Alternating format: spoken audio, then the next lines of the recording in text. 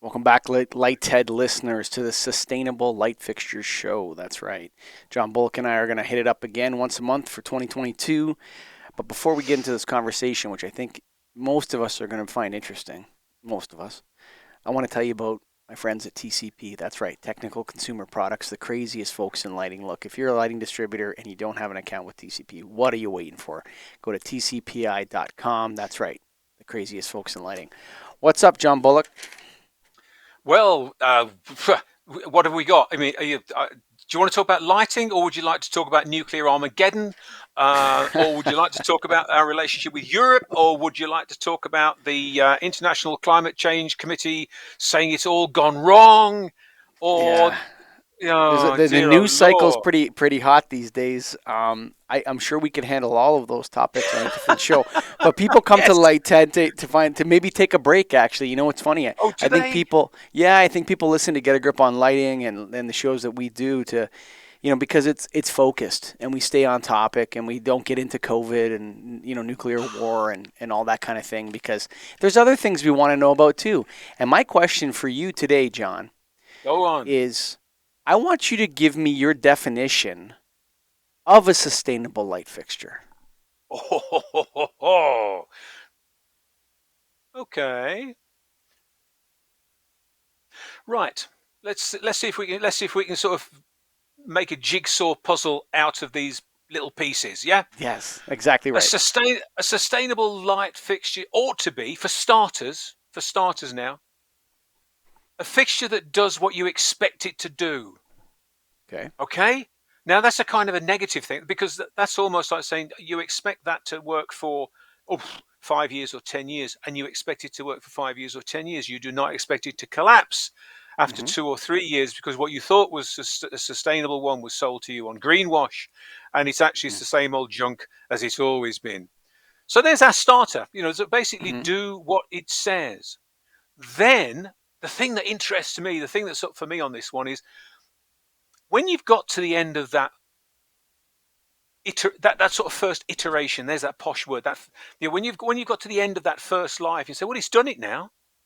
Now what happens next?" Because I think the sustainable fixture is the one that you can now reuse. This is where we start talking about upcycling and cradle to cradle and things like that. And let's face it, if you've made a decent light fixture and it's got a bit tired because maybe the capacitor in the driver's gone, or maybe the LEDs they've gone beyond their 70% output. It should just be a simple case of what we used to call changing the bulb. Mm-hmm. You don't have to chuck the fitting away. You can just put a new source inside it, or you can put the new electronics in there. So you can take a sustainable light fitting and you can use it more than once. And I think that's really exciting. I think it's worrying a few manufacturers, but I think Mm-hmm. the manufacturers who really ought to be worried about this idea of what we're calling remanufacturing are the ones who shouldn't be there in the first place because they're Mm-hmm. making the kind of light fitting that you'll never see me specifying. So if we can, if it's got the legs to go through the first 50,000 hours, through the second 50,000 hours, through the third 50,000 hours, and the fourth 50,000 hours, I'd call that a sustainable fixture. But then there's another one. I'm just going to give you one more, and then we'll Mm-hmm. stop. Um, there's no point having a sustainable light fixture if it's made of uranium. Mm. Yeah, Materials. or if it's made of something, if it's made of small children. I speak Okay. metaphorically, Of but course. only just. Yeah. There's stuff out there in the world, sadly, that we should not be dealing with. So a sustainable light fixture works right the way up and down the chain. It's not just where you take a fixture across the distributor counter and you do good things with it. What you want to know is that if you go the other way and you go right the way to where the metal's been mined or quarried, where the things have been made through the sweatshops of the driver factories, you want to know that you've done good. So if you like, in a sort of very three-dimensional way, that's what I think a decent sustainable light fixture should be. Okay. So, all right. So I'm kind of working it with you here. I have some notes. Okay. Okay. So I'm going to arrange the last one you said to be, the first one. Made by people. Fixture needs to be made by people who are paid fairly. So I'm taking down notes while you're talking, right? That are paid Yeah. fairly and in good conditions from materials that are ethically sourced. That will do. Yeah. Yeah. Okay. Materials that are ethically sourced.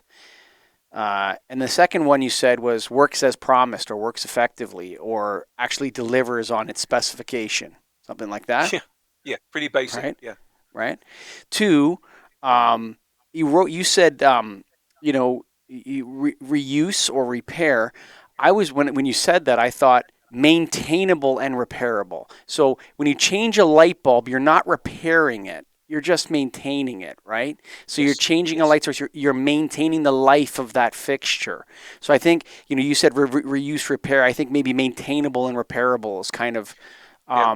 more Yeah. of the You're the nail right. on the head. But Yeah, let's not forget that it's not so many years back when an LED fixture reached the end of its first life, you had to throw it away. There was of nothing course. you could do with it. Yep, So the idea that it is now maintainable, to those of us who've been around a long time, you go, yeah, that's just maintaining the fitting, isn't it? That's just yes. putting a new lamp in Changing the it. light bulb, yeah. Well, I mean, Yeah, but there's how many there's lighting industry people does it take to make a fixture that you can change the light source in? There's a joke, right? I mean, there is a joke, yeah, and I'll tell you something that not enough, because otherwise we'd have been there a lot sooner, sure. and it's taken And us a then long time to get to that place. from my own notes before, you covered everything, but you kind of focused it in better for me. But I had one at the end that I don't Oh, think you go on. brought up, but I want to throw it at you and see if you think. Made back to those materials, but made of materials that are 100% recyclable locally. Oh, yeah, Right? yeah. So we know that fixture glass, not lamp glass and fluorescence, but fixture glass should be 100% recyclable, right? Yes. We know that metals are 100% recyclable. I mean, scrap metal yards all over the Western world, they exist everywhere because the stuff's valuable, wire and so on. And I think that those four principles, I don't think they've ever been laid out until we started this show, John Bullock. We've done it again, Mike. Fantastic. But you're absolutely right, because one of the things that excites me around all of this is that it's easy to say there's no point in pushing the local agenda, because there's lots of parts of the world that do not have that facility. So why Mm, do you bother? And my answer to that is you bother because they haven't got the facility today, that's right. but they might have it tomorrow. In which case, we do our job properly to make sure that when that day does come, there's actually business for these people to do. I've got this dream that on somewhere on every street corner of every English town, there is somebody with a screwdriver in one hand Mm. and a little soldering iron in the other hand, and they're maintaining and repairing and remanufacturing light fittings. And I'll it's tell you going a back little to my anecdote. Yeah, I'll give you a go little on, anecdote before you move on. So explode. in the age of metal halide, I don't know if you remember metal and HPS, right? So I went Yes. through an era from say 2000 to about 2014 where I was ripping out. We had an expression: if it's round, you take it down. Okay, so we were ripping out metal halides in HPS, and when I got really, really good at it, what I had was at my other shop, I had a line where the ballast would come through, and we would disassemble the ballast into their metal types. So we'd have these huge copper coils, and I would make so much cash on that. Sorry, Revenue Canada, but I would make so much cash on Yeah. disassembling thousands the reflectors were made of heavy aluminum.